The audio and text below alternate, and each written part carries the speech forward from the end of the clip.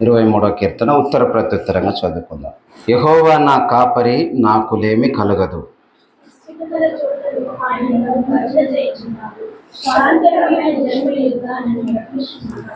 నా ప్రాణమునకు ఆయన సేద తీర్చుచున్నాడు. తన నామమును బట్టి నీతి మార్గములలో నన్ను నడిపించుచున్నాడు.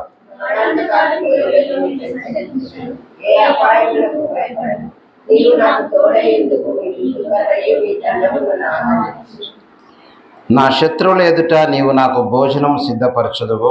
నూనెతో నా తల అంటియున్నావు. నా గిన్నె నిండి పొర్లుచున్నది.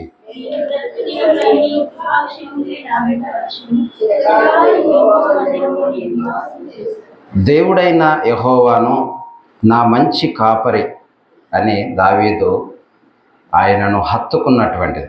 సో ఎవరైతే దేవుణ్ణి మంచి కాపరి అని హత్తుకుంటారో, ఆ కాపరిని ఎవరైతే వెంబడిస్తారో, మరి ఆయనను ఎవరైతే కలిగి ఉంటారో, మరి అలాంటి వారి జీవితాలలో మంచి కాపరి చేసే మరి అద్భుతమైనటువంటి మేలులు ఏమై ఉన్నవో, ఎలాంటి మేలులను ఆయన చేస్తాడో అది ఈ 23వ కీర్తనలో చక్కగా దావీదు వర్ణిస్తూ ఉంటున్నాడు.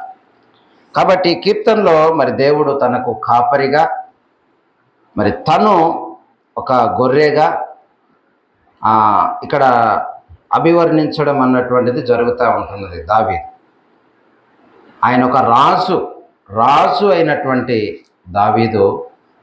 సో ఈ విధంగా మరి రాజులకు రాజు అయినటువంటి దేవాతి దేవుణ్ణి, ప్రభువును ఆయన కాపరిగా, నాయకుడుగా చేసుకుంటున్నాడు, కలిగి ఉన్నాడు.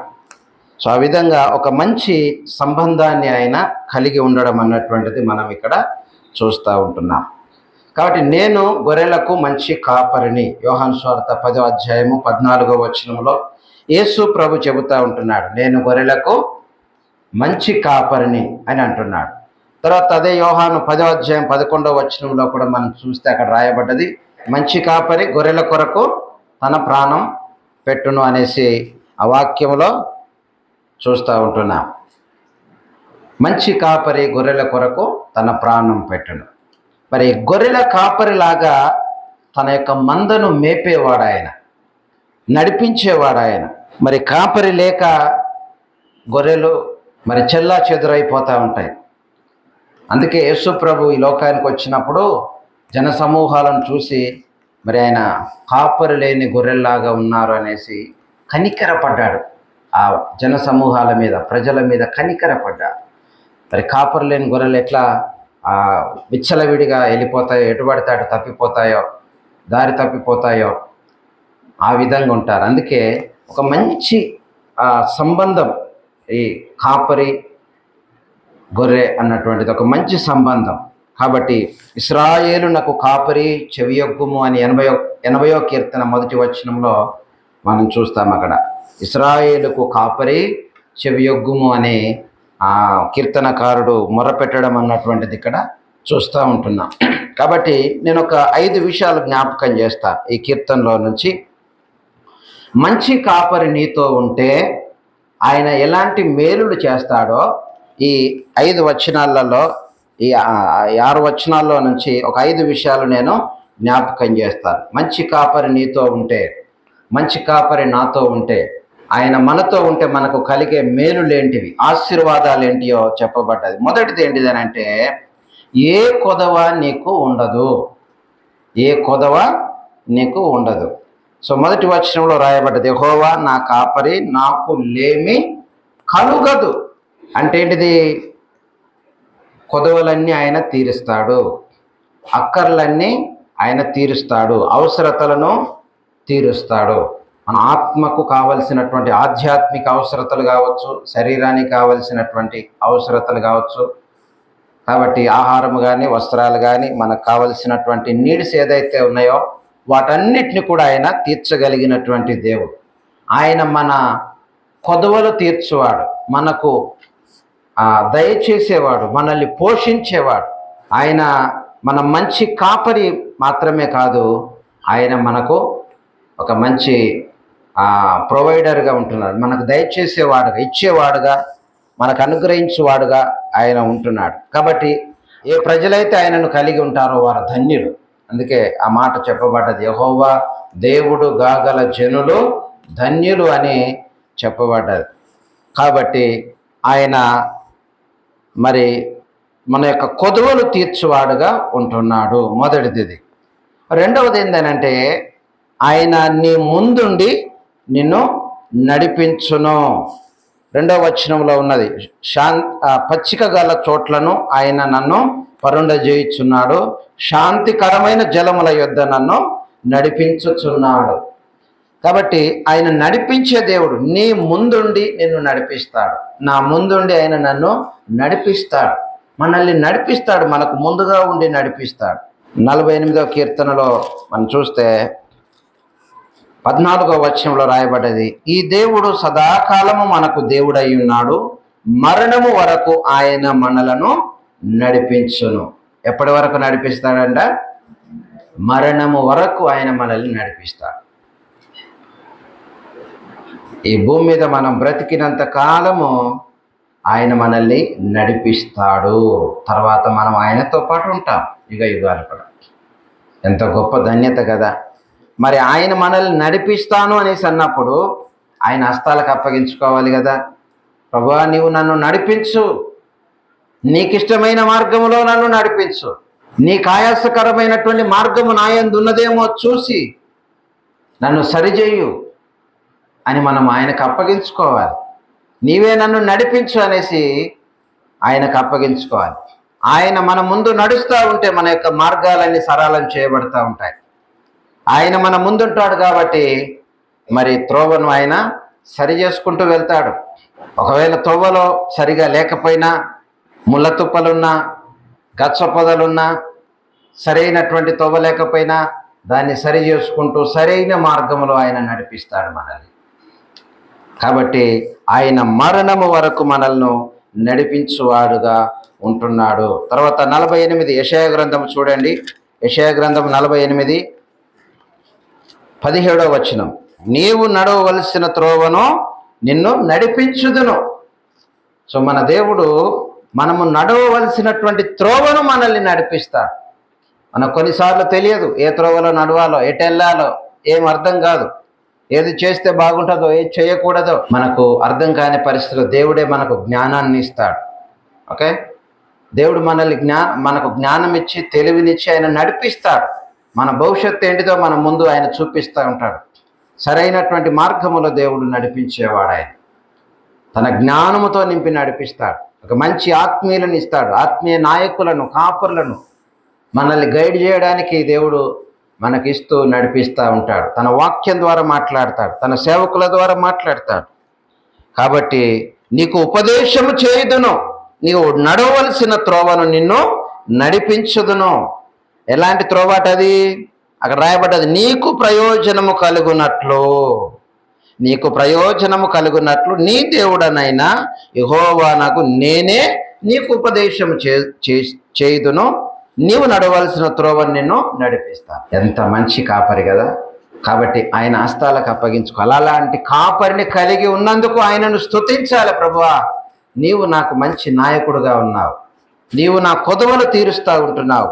సో మొదటిది, ఆ మంచి కాపరిని మనం కలిగి ఉంటే మనకు వచ్చే మేలులు, ఆశీర్వాదాలు ఏంటిది అని అంటే, నీకు ఏ కొదవ ఉండదు, మొదటిది. రెండవది, నీ ముందుండి నిన్ను నడిపిస్తాడు. మూడవది ఏంటిది అని అంటే, నీ ప్రాణమును ఉద్ధరించును, నీ ప్రాణమును ఉద్ధరించును. 3వ వచనంలో, 23వ కీర్తనలో 3వ వచనంలో రాయబడ్డది, నా ప్రాణమునకు ఆయన సేద తీర్చుచున్నాడు అని రాయబడ్డది. అక్కడ ఆయన సేద తీర్చుచున్నాడు. నా ప్రాణమునకు సేద తీరడం, అలసిపోయినటువంటి ప్రాణానికి, విసిగిపోయినటువంటి ప్రాణానికి, ఓకే, భారముతో కుమిలిపోయినటువంటి ప్రాణానికి, బాధలలో, కష్టాలలో, వేదనలో, అయ్యో ఏంటి నా జీవితం, ఏంటి నా బ్రతుకు అన్నటువంటి ఒక అలాంటి పరిస్థితిలో ఉన్నటువంటి నీ ప్రాణమును ఆయన సేద తీరుస్తాడు. అంటే ఆయన ఆదరిస్తాడు, ఆయన బలపరుస్తాడు. ఆయన చెంతకు రావాలి, ఆయన మీద నీ భారాన్ని వేయాలి. నీ భారాన్ని తీస్తానని ఆయన వాగ్దానం చేస్తున్నాడు కదా. ప్రయాసపడి భారము మోసుకొనుచున్న సమస్త జనులారా నా యొద్దకు రండి, నేను మీకు విశ్రాంతిని ఇస్తానంటున్నాడు, నెమ్మది కలగజేస్తానంటున్నాడు.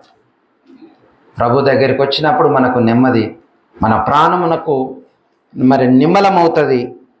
ఆయన సేద తీర్చువాడుగా ఉంటున్నాడు. సేద తీర్చే దేవుడు, ఆయన ఉద్ధరించేవాడు, కాపరిగా ఆయన ఉద్ధరించేవాడుగా ఉంటున్నాడు. 28వ కీర్తన 9వ వచనం చూడండి. 28వ కీర్తనలో 9వ వచనంలో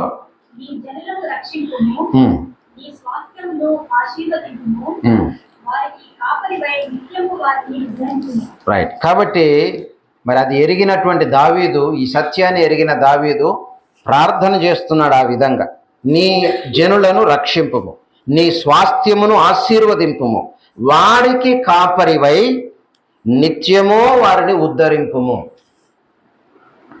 ఉద్ధరించడం అని అంటే ఆదుకోవడం, ఆదరించడం, సహాయం చేయడం, అండగా నిలబడడం, నేనున్నాను మీకు అనేసి భరోసానియడం, ముందుండి నడిపించడం, ఇవన్నీ వస్తాయి. కాబట్టి దావీదు రాజుగా ఉన్నప్పటికీ ఇప్పుడు మనకేదైనా కష్టం వస్తే ఎవరన్నా ఆదుకోవాలి, ఎవరన్నా అండగా నిలబడాలి, ఎవరన్నా ఉద్ధరించాలనేసి అనుకుంటారు. అది ఏ రాజకీయ నాయకులో, ఏ అధికారులో, ఏ ప్రభుత్వమో ఆదరించాలి, ఆదుకోవాలనేసి అనుకుంటా ఉంటారు కదా. మరి ఇప్పుడు దావీదు రాజు, ఆయన ఎవరు? ఆయనే రాజు, ఆయనే ప్రభుత్వాన్ని చేస్తున్నాడు కదా. ఆయనే ప్రభుత్వాన్ని చేస్తున్నాడు, ప్రభుత్వ నాయకుడు, ఆయన అందరికీ కూడా రాజు. మరి అలాంటి రాజే అందరినీ, ప్రజలందరినీ ఆదుకోవాల్సిన వాడు, అందరినీ ఉద్ధరించాల్సిన వాడు. కానీ ఆయన ఏమని ప్రార్థన చేస్తున్నాడు ఇక్కడ? ఆయన కంటే గొప్పవాడు ఇంకొక ఆయన ఉన్నాడు. రాజులకు రాజు ఆయన, ప్రభువులకు ప్రభువు, ఆయనే అందరినీ ఉద్ధరించేవాడు, ఆదుకునేవాడు. అది అనుభవం, దావీదు యొక్క అనుభవం అది. అందుకే ఆయనకు అప్పగిస్తున్నాడు, వారికి కాపరివై నిత్యము వారిని ఉద్ధరించుము, నీ జనులను నీవే రక్షించు, నీ స్వాస్థ్యమును నీవే ఆశీర్వదించు. రక్షించడము, కాపాడము, ఉద్ధరించడము ఇవి ప్రభుత్వాలతోని కాదు, ఏ నాయకులతోని కాదు. ఏ ప్రభుత్వం ఉన్నా, ఏ రాజులున్నా, ఏ అధికారులున్నా, ఏ మంత్రులున్నా, వారందరికి పైగా ఉన్నటువంటి రారాజుకు వారు అప్పగించుకుంటేనే అది సాధ్యమవుతుంది. ఇది బాగుగా ఎరిగినటువంటి దావీదు దేవునికి అప్పగిస్తున్నాడు.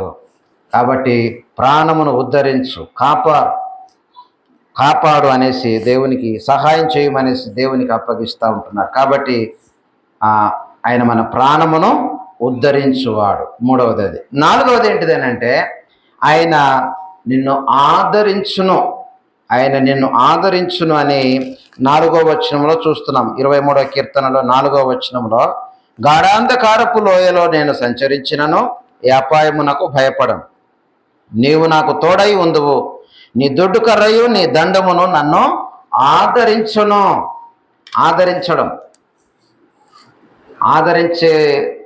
ఆదరించడం అని అంటే ఇంకా దగ్గరగా కదా, హత్తుకొని ఉండడం. మరి బాధపడుతున్నప్పుడు, ఏడుస్తున్నప్పుడు వారిని ఓదార్చడం, వారిని దగ్గరికి తీసుకోవడం, వారిని కౌగలించుకోవడం, వారి యొక్క స్పర్శ, ఓకే, ఆ స్పర్శతో వాళ్ళని ముట్టి తట్టి కౌగలించుకొని వెన్ను తట్టినప్పుడు వాళ్ళకు ఒక గొప్ప ధైర్యం. అలాంటి బాధలో ఉన్నటువంటి వారికి, కన్నీళ్లతో ఉన్నటువంటి, బాధతో వేదనతో ఉన్నటువంటి వారికి మరి ఆ విధంగా అదొక గొప్ప ధైర్యాన్ని ఇస్తుంది, గొప్ప ఆదరణని ఇస్తుంది అలాంటి సమయంలో. అందుకే ఆయన ఆదరించే దేవుడు. కాబట్టి అక్కడ ఏమంటున్నాడు? నీవు నాకు తోడయందువు, నీ దొడ్డు కర్రయు నీ దండమును నన్ను ఆదరించును. ఆయన ఆదరిస్తాడు తన యొక్క వాక్యాన్ని బట్టి, తన మాటల ద్వారా కదా. దేవుని వాక్యము నా బాధలో ఇదే నన్ను ఆదరిస్తున్నది, ఓదారుస్తున్నది, నాకు నెమ్మది కలిగిస్తున్నది అని అంటాడు భక్తుడు. దేవుని వాక్యము మనకు నెమ్మదినిచ్చేది. యెషయా గ్రంథం 66వ అధ్యాయంలో చూడండి, 13వ వచనంలో ఆ మాట జ్ఞాపకం చేసుకుందాం. ఆయన తల్లిలా ఆదరించే దేవుడు అంట. ఒకని తల్లి వాణిని ఆదరించినట్లు నిన్ను ఆదరించేది. ఒకని తల్లి వాణ్ణి ఆదరించినట్లుగా ప్రభు మనల్ని ఆదరిస్తాడంట కదా. తల్లి, ఒక బిడ్డకు తల్లి ఎంత ఆదరణ కదా. ఆ తల్లి ఒడిలో ఆ బిడ్డ ఎంతగా నెమ్మది పొందుతాడో, ఎంతగా సేద తీర్చబడతాడో, ఆదరించబడతాడో. కాబట్టి తల్లిలాగా ఆదరిస్తాననేసి అంటున్నాడు దేవుడు. అంత గొప్ప దేవుడు మనకున్నాడు. కాబట్టి ఈ లోకంలో మనకు ఎవరున్నా లేకపోయినా, ఆదరించకపోయినా తల్లిలా ఆదరించే దేవుడున్నాడు. అది మర్చిపోకూడదు. ఆయన ఒడిలో నీవు ఆదరణ పొందాలి. ఆయనలో మనము నెమ్మది పొందుకోవాలి. కాబట్టి ఆయన నన్ను ఆదరించు దేవుడు. 4వది. 5వది ఏంటిదనంటే ఆయన మనకు అన్ని వేళలా తోడుంటాడు. 23వ కీర్తనలో 4వ వచనంలోనే మనం చూస్తూ ఉంటున్నాం. నీవు నాకు తోడై ఉందువు అని రాయబడేది అక్కడ కదా. తోడుగా ఉండే దేవుడు, తోడుగా ఉండే దేవుడు. కాబట్టి అన్ని వేళలా ఆయన తోడుగా ఉంటాడు. అన్ని వేళలా మరి శత్రువుల దగ్గర కానీ, మరి ఇంట కానీ, బయట కానీ, మరి ప్రతి స్థలములో ఆయన తోడుంటాడు. ఆయన తోడుంటే ఏంటిది అని అంటే నా గిన్నె నిండి పొర్లుచున్నది అంటాడు. ఆయన దేవుడు ఎవరికైతే తోడుగా ఉంటాడో, యోసేపు జీవితాన్ని మనం చూస్తాం కదా. యెహోవా అతనికి తోడై ఉండేను గనుక యోసేపు వర్ధిల్లెను అని రాయబడి ఉంటుంది. ఆయన ఫరో దగ్గర ఉన్నప్పుడు కానీ, పోతీఫర్ దగ్గర ఉన్నప్పుడు కానీ, చెరసాల్లో ఉన్నప్పుడు కానీ, ఇంకెక్కడున్నా, దానియేలు బబులోన్లో ఉన్న, మరి ఎక్కడ అన్య దేశంలో ఎక్కడున్నా వారు వర్ధిల్లారు. కారణం ఏంటిదని అంటే దేవుడు వారికి తోడుగా ఉన్నాడు. వారు ఎక్కడున్నా అక్కడ తోడుగా ఉన్నాడు. కాబట్టి వారు హెచ్చించబడ్డారు, వర్ధిల్లినారు, బలపరచబడ్డారు. కాబట్టి దేవుడు తోడుగా ఉండాలి. దేవుడు తోడుగా ఉంటే ఇక్కడ ఏమంటున్నాడు? శత్రువుల ఎదుట, నా శత్రువుల ఎదుట నీవు నాకు భోజనము సిద్ధపరుస్తావు, నా గిన్నె నిండి పొర్లుచున్నది, నూనెతో నా తలంటి ఉన్నావు, కృపాక్షేమములు నాకు కలుగుచున్నవి అని అంటాడు. ఇవన్నీ కూడా ఉంటాయి. దేవుడు మనకు తోడుగా ఉంటే ఇవన్నీ మేలు జరుగుతాయి. అందుకే ఆయన తోడు కోరుకోవాలి, ఆయన నీడలో మనం ఉండాలి. కాబట్టి ఈ 5 విషయాలు, ఓకే. మంచి కాపరి నీతో ఉంటే ఏం జరుగుతుంది నీకు అని అంటే, 1, ఏ కొదవ నీకు ఉండదు. 2వది, నీ ముందుండి నిన్ను నడిపిస్తాడు. 3వది, నీ ప్రాణమును ఉద్ధరిస్తాడు. 4వది, నిన్ను ఆదరిస్తాడు. 5వది, నీకు అన్ని వేళలా తోడుండి నడిపిస్తాడు. ఆయన ఎన్ని గొప్ప మేలులు ఉన్నాయి కదా. మంచి కాపరిని మనం కలిగి ఉంటే ఇన్ని మేలులు ఉన్నాయి. కాబట్టి ఆ మంచి కాపరి ఈ రోజు వరకు మనల్ని ఈ విధంగా నడిపించాడు కదా.